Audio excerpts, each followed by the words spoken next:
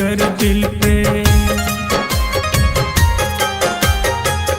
मरले बाड़ू खंजर दिल पे इतना काहे जोर से, मरले बाड़ू खंजर दिल पे इतना काहे जोर से। दर्द ना सहाता अखियाँ भर जाता लोर से, दर्द ना सहाता अखियाँ भर जाता लोर से। कैले बानी प्यार दिल से, कैले बानी प्यार दिल से, जाइब नाही छोड़ के। कैले बानी प्यार दिल से, जाइब नाही छोड़ के। टूटे नाही देब कबो नैया के डोर से, टूटे नाही देब कबो नैया के डोर से। ओ सजनी हो, ओ सजना हो।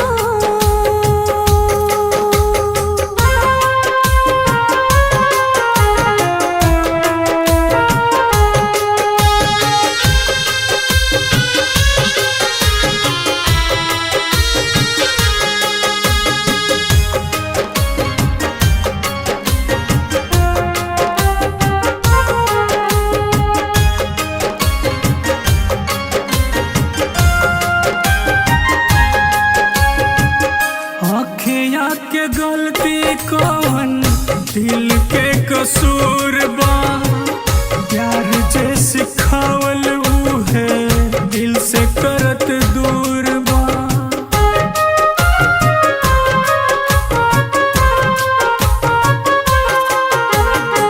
मर जाए माहौर खाके हम तोहरा बिन हो, धड़केला सांस बनके तू रात दिन हो, हाँ तू रात दिन हो।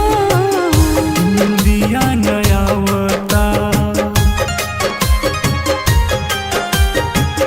निंदिया नयावता अब जुदाई के शोर से, निंदिया नयावता अब जुदाई के शोर से।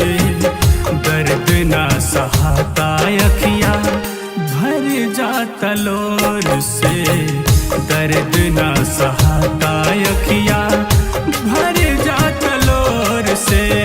हो सजना हो, ओ सजनी हो, हो सजना हो।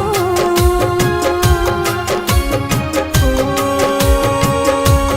सजनी हो।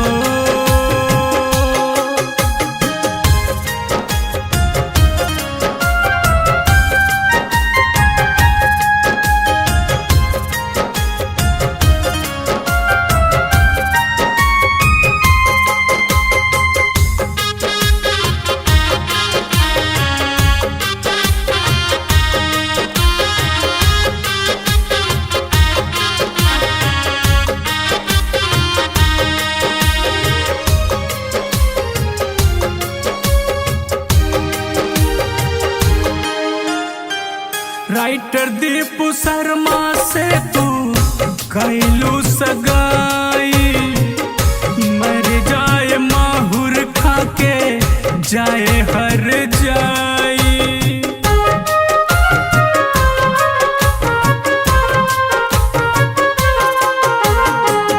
आजाद हिंदुस्तानी खैले बानी जब कसम हो, साथ नाही छोड़ब तोहार जन्मो जनम हो, हाँ जन्मो जनम हो।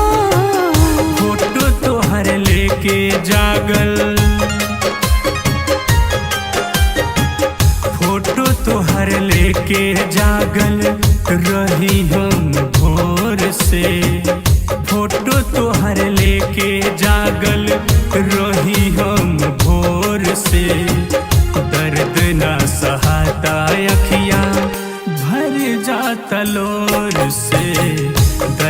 ना सहाता